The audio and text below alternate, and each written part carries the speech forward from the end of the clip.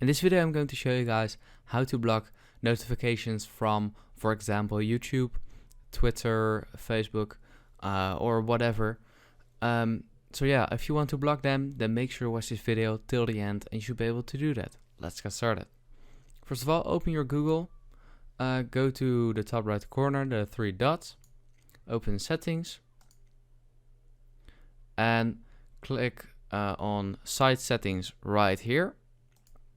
Go to notifications, and in order to block all the notifications at once, you have to enable this right here.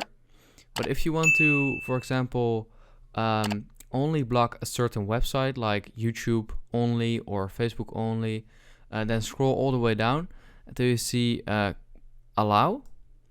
And for example, I want to block this Reddit site. Then click on the three dots and just click on remove. And now it's been removed. And yeah, that's basically it. So yeah, if this video helped you out, please leave a like and let me know in the comments if it worked. I'd appreciate that. Bye. If this video helped you out, please consider subscribing so I can grow the largest how-to channel on YouTube. I'd appreciate it.